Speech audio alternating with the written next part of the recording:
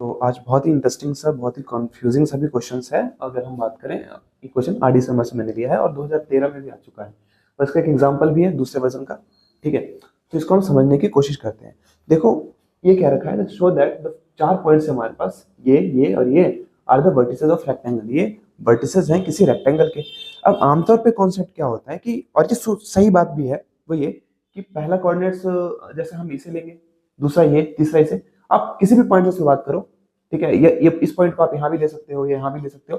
But लेने के बाद क्या होता है, या तो ऐसे चलना होता है क्लॉकवाइज या एंटी क्लॉकवाइज। ये नहीं कि पहला पॉइंट में आपने इसे ले लिया फिर दूसरा पॉइंट किसी को भी ले लोगे, ऐसा नहीं होता है। ठीक है, आमतौर पे। बट हालांकि ये क्वेश्चन थोड़ा अलग है। इस क्वेश्चन में अगर कन्वेंशनल तरीके से करोगे तो आपको पता चलेगा कि क्वेश्चन हो नहीं रहा है, कहीं ना कहीं गड़बड़ हो रही है उसमें। तो सही तरीका क्या है, पहले तो एक सजेशन दूंगा कि इन केस क्लास में, एग्जाम हॉल में जब ऐसा कोई क्वेश्चन आता है तो एक रफ स्केच बना लो। ठीक है, तब रफ स्केच बनाओगे तो आप देखो पता चलेगा कि पॉइंट हिसाब से प्लॉट करेंगे। फॉर एग्जांपल हमारे पास 0, -1 है, वो कहीं नीचे लाई करेगा। ठीक है, फिर हमारा दूसरा पास पॉइंट पॉइंट का है हमारे पास 6,7। 6,7 कहीं एक्स पॉजिटिव एक्सिस एक्सिस और वाई में सबसे ऊपर होगा, तो इसको मैंने सबसे ऊपर रखा है। दूसरा मेरे पास -2,3।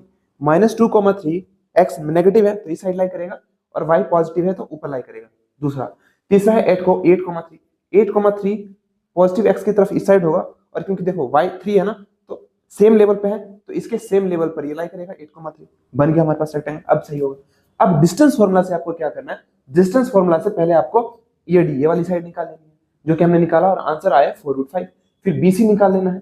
बीसी हमारे पास ये वाली साइड है, ये वाली साइड हमारे पास कितना, 4√5। अब देखो पैरेलल साइड इक्वल है, सॉरी अपोजिट साइड्स इक्वल है। फिर हम देखते हैं दूसरी अपोजिट साइड्स इक्वल है या नहीं है, क्योंकि सिर्फ एक अपोजिट साइड्स इक्वल हो तो इससे हम कुछ नहीं कह सकते। दूसरा हमारे पास क्या है, एसी। एसी हमने निकाला, एसी आया 2√5, और बीडी निकाला वो भी 2√5।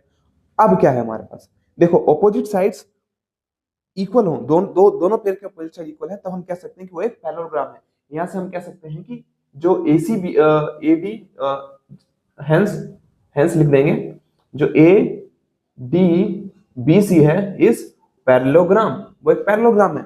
बट अभी भी रेक्टेंगल नहीं कह सकते हम, क्योंकि रेक्टेंगल के लिए 90 डिग्री होना जरूरी है। ठीक है, एक बात बताता हूँ, प्रॉपर्टीज यही आती है, प्रॉपर्टीज कि प्रॉपर्टीज के बारे में पता होना चाहिए। प्रॉपर्टीज क्या कहती है कि पैरेललोग्राम के ना डायगोनल्स इक्वल नहीं होते, बाइसेक्ट करते हैं, बराबर भागों में बांटते हैं एक दूसरे को, बट इक्वल्स नहीं होते। बट रेक्टेंगल के डायगोनल्स इक्वल है। किसी तरीके से आप ये प्रूव कर दो कि ये वाली डायगोनल की लेंथ और ये वाली डायगोनल की लेंथ बराबर है, तो पक्का ये रेक्टेंगल ही होगा। तो यहाँ पे मैंने एडी निकाला है 10, और एडी हमारे पास क्या है, सॉरी एबी। एबी ये वाला है डायगोनल जो क्या है 10, और सी डी वो भी आया है 10। इसका मतलब आप पक्के तौर पे फॉर श्योर